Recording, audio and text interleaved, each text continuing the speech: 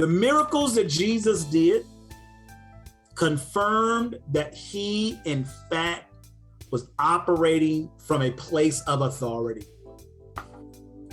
When David sinned by committing adultery, watch this. This is a New Testament scholar, Donald Carson. He says, when David sinned by committing adultery and arranging the death of the woman's husband, he ultimately says to God in Psalm 51, against you only have I sinned and done this evil in your sight. What David recognized was that although he had wronged the people, in the end, he had sinned against God who made him in his image. And God needed to forgive him. So along comes Jesus as he's walking the earth and says to sinners, quote, I forgive you. David understood that even though he had wronged the people, he had ultimately wronged God, because God made us in his image, and now he was operating in a way that was inconsistent with the image that he was created in. So he realizes, while I've sinned against people, ultimately though I've sinned against God. And God, I am in need of your forgiveness. And so here comes Jesus, walking the earth, and says, I forgive you. And the Jews, when they hear it, they recognize the blasphemy in the statement, and they react by saying, quote, who can forgive sins but God alone?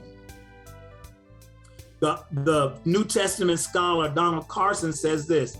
In his mind, he says this is one of the most striking things that Jesus did when he operated from the premise of operating from the authority that he had to forgive sins. One of the most striking things in this professor's estimation.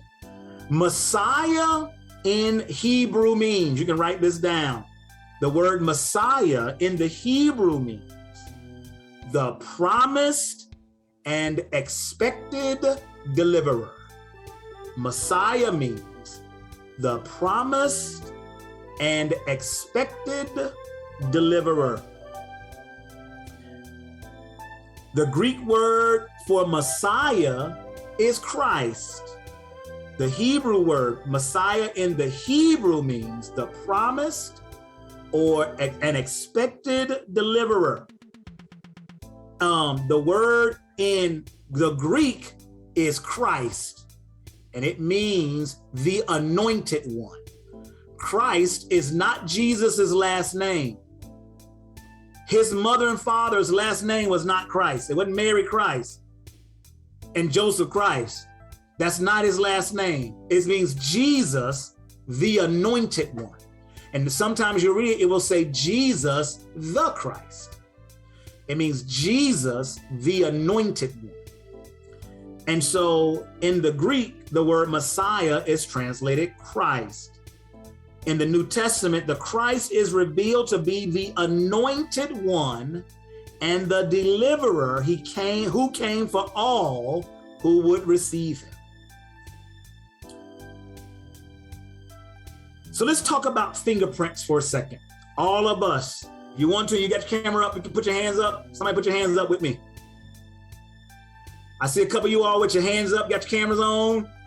If I take my fingerprints and put some ink on my hands, and you take your fingers and put ink on your hands, and we put them and we mash them onto a piece of paper, and you examine the fingerprints of each of us, what we will find is that our fingerprints are all different. There is not one person ever born in the history of people being born who have identical fingerprints. Not even twins have identical fingerprints.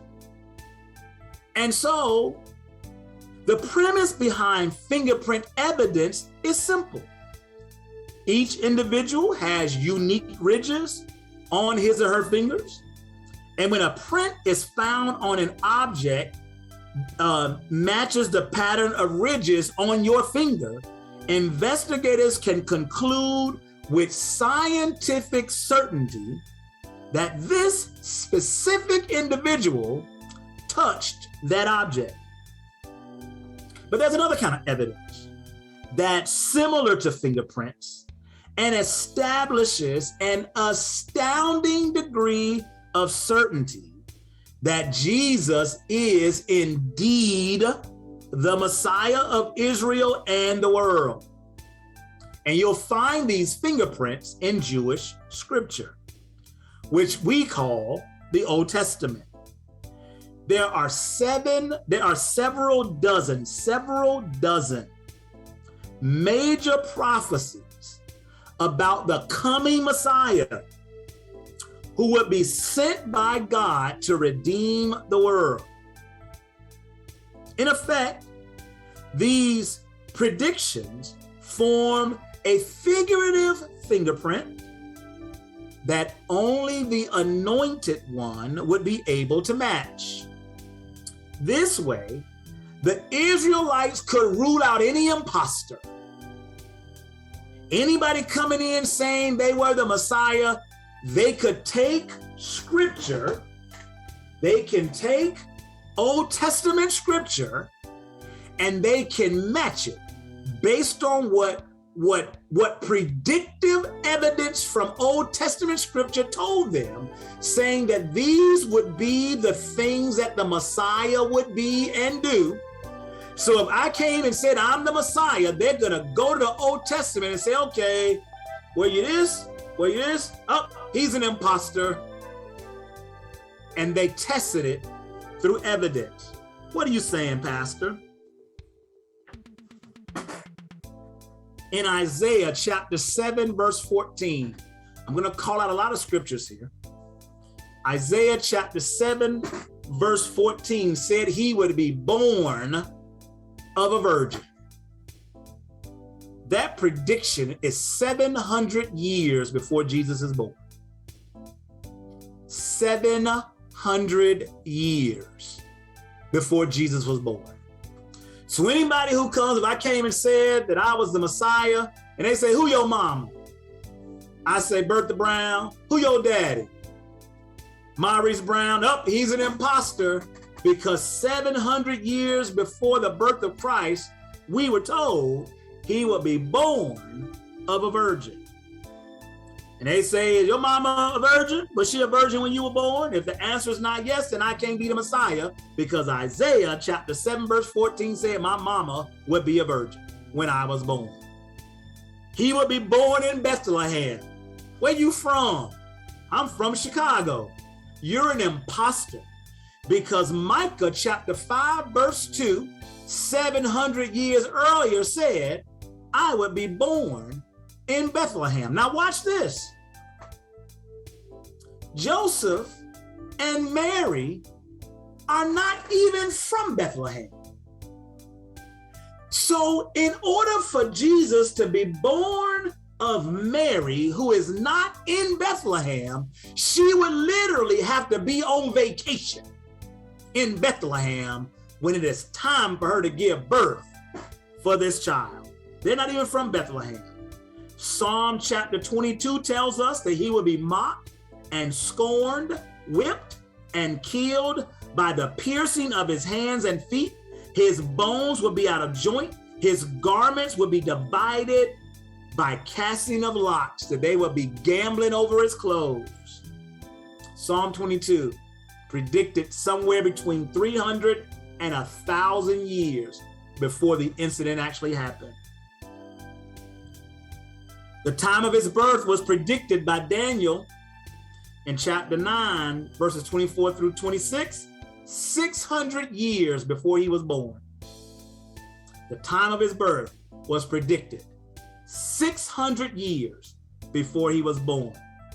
He would come from the seed of a woman, Genesis chapter 3, verse 15, the first prophecy 1,400 years before his birth. He would be a descendant of Abraham, Isaac, Jacob, and David. Genesis, Numbers, and Isaiah all predict this.